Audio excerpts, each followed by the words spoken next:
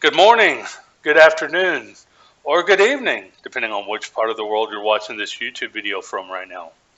My name is Ryan, and my YouTube channel is Ryan's Philippine Streams. Hey, I'm humbled that you've taken a few moments to check out one of my videos today. You could be watching literally tens of thousands of videos. If you find any of this information helpful, just please consider liking, subscribing, or sharing the content. Today's topic is going to be a follow-up on my first YouTube video. And that first YouTube video was about, as an expat, what are some signs that you can look for to know whether or not your Filipina that you're dating or interested in has your best interest at heart. Or perhaps she's just after your money. How can you know? If you haven't watched that, please go back and watch that, because it will actually help you already to be prepared for today's subject matter. And today's subject matter is this: the province. Are there more scammers today in the province than there used to be? That's a good question. Let's talk about that. Shortly after I did my first YouTube video on the subject matter of finding a good Filipina, there began to be some popular YouTubers, expats in the Philippines, talking about more scams coming out of the province areas. YouTube channel Paul in the Philippines, also known as the Old Dog New Tricks. He had a YouTube video designated for this, I think about a month ago or a month and a half ago. So, is this happening, and why? Well, let me first make a notation here. If you're new to life in the Philippines and you don't know a whole lot about it, or even if, like me, I was very familiar with the Philippines, but I had no idea that Manila and Cebu are provinces. I thought they were just big cities. And they are big cities, but there's also the province areas within them that's more like the country here in the United States, or small towns or communities, not big locations like Manila City or the city of Cebu. So when I talk about province, I'm talking about people who live in smaller towns, smaller communities, the women who live there, and even the country girls, if you will. So what happened? Is it true? Maybe. Maybe there are more scammers. Let's talk about that. About 5 or 10 years ago, maybe even a little longer than that, there were YouTubers who were expats who were instructing men such as myself that if we're tired of life in America, tired of the attack on the traditional family and home, God and country, if we're coming over to the Philippines looking for a Filipina to spend the rest of our lives with, that maybe it was better to look in the province rather than the city. Because they say sometimes in the city, you can still find a lot of worldly girls there. Maybe they're more sympathetic to the changes that are happening here that we don't think are so good. And the girls in the provinces, they typically stand for family, God, country. Same things that we do. Makes perfect sense. In fact, it made such perfect sense that so many of us began to do that it began to change the number of schemes here, you see. So instead of having 80% of us looking in Manila and Cebu and Angeles, or even Dumaguete, for a girlfriend, we began to look in the province areas.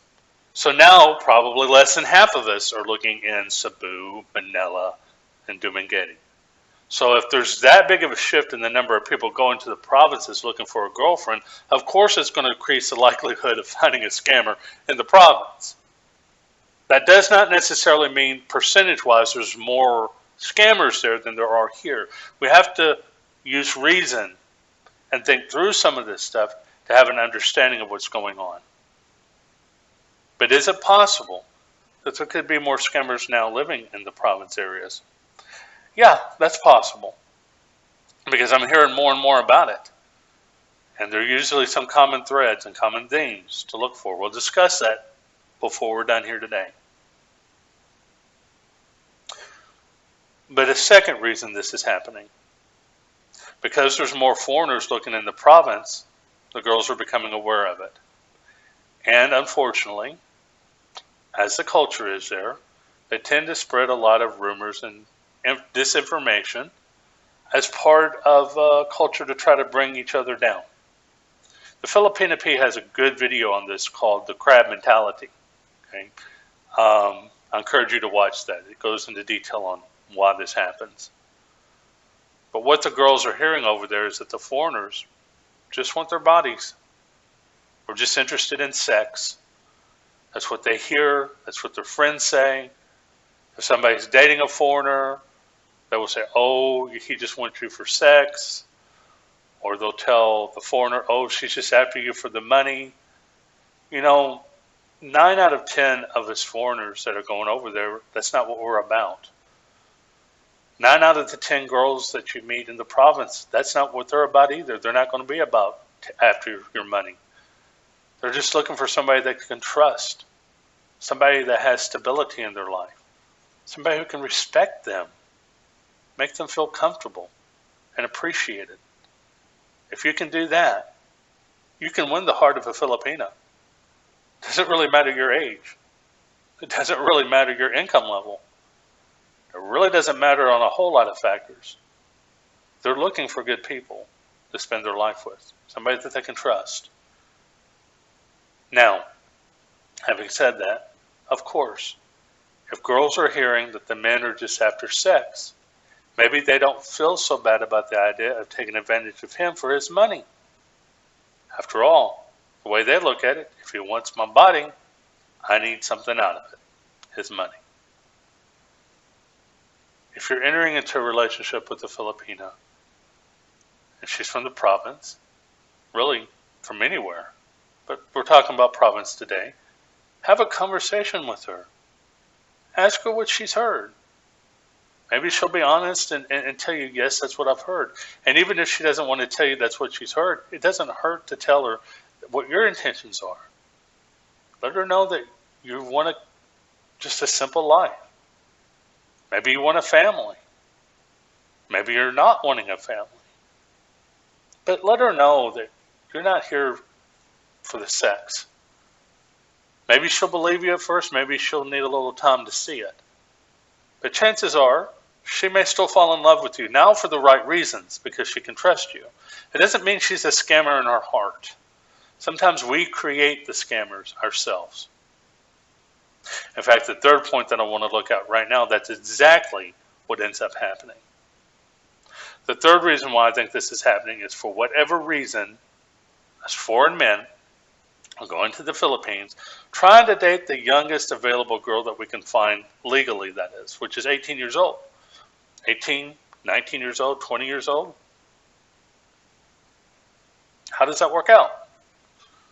A lot of times not so well. And it's got nothing to do with her age. It has to do with the maturity. Okay? If she doesn't have any experience yet, maybe she's just graduated high school. Maybe she is still very dependent upon her family, still very dependent upon her social status among her friends. Especially in high school, coming out of high school, they're all about the social media. A lot of them are still about the social media like their whole life, right? But a lot of them mature in that respect too, and they'll begin to shift in their way of thinking. And when they have that shift in their way of thinking, it's usually because they're growing up and they're a little more mature and they have a little more experience. They're going to be much more likely to be able to handle the relationship. So how old? I'm not going to tell you what the magic number is. My Filipina happens to be 22 years old. There's plenty of girls who are 22 years old, even here in America, that are not dateable because they haven't matured yet here, if you follow what I'm saying. So, again, just keep in mind that if you're going over there, if she's younger and she's lived in poverty her whole life, and she sees you as a financial win in her life, could turn her into a scammer, right? Or at least make it more likely that that could happen. Sometimes this relationship still works out very well, and if it has worked out for you, congratulations. I just want everybody to be happy in their relationship. I know a lot of people are going to watch this YouTube channel for that kind of information, and I want people to be happy in the relationship. I know Tim K, for example, he lives in Southern Leyte, and happens to be where my Filipina is from, not Southern Leyte, but in Leyte. And I think he said that she was 19, his wife, when he married her, and they got a very happy relationship. And hey, that can work. It really can. But it's risky, and I think he would tell you that as well. Just make sure you think it through.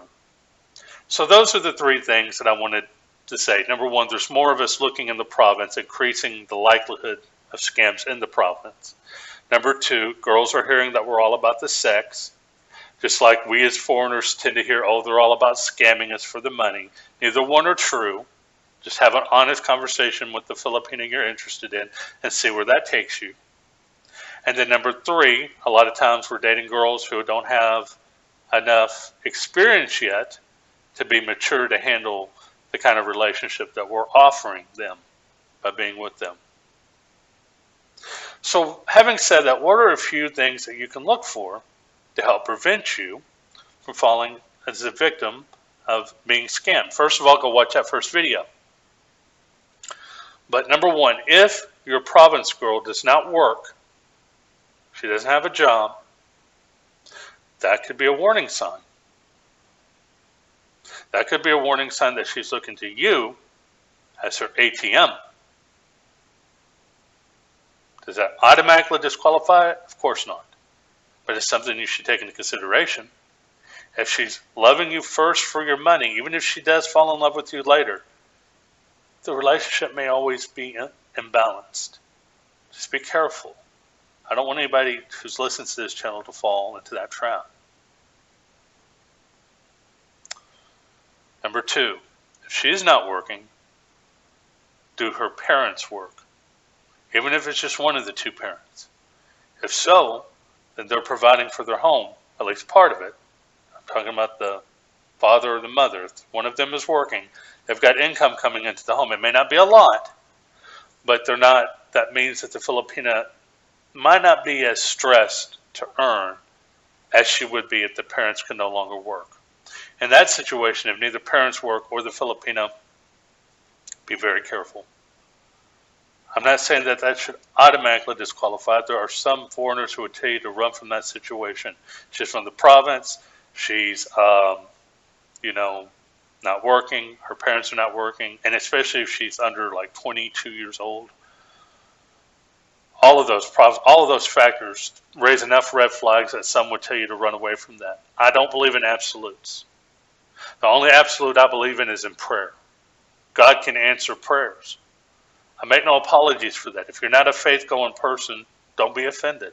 I'm not telling you what to do in your life, but I'm telling you in my life, prayer matters. So those are the things that I would look for. Have an honest conversation with your Filipina when you first get with her. Let her know what you're really about. And then she will decide if you're the kind of man that she can fall in love with. Be respectful to your Filipina. Treat her well. And when I say treat her well, I don't mean spending a whole lot of money on her and stuff like that. I mean treat her with dignity and respect. And if you can make her calm, if she can be comfortable with you, there's a really, really good chance you're going to be in a really good relationship. Thank you for stopping by my YouTube channel today. Until next time, my friends, God bless you.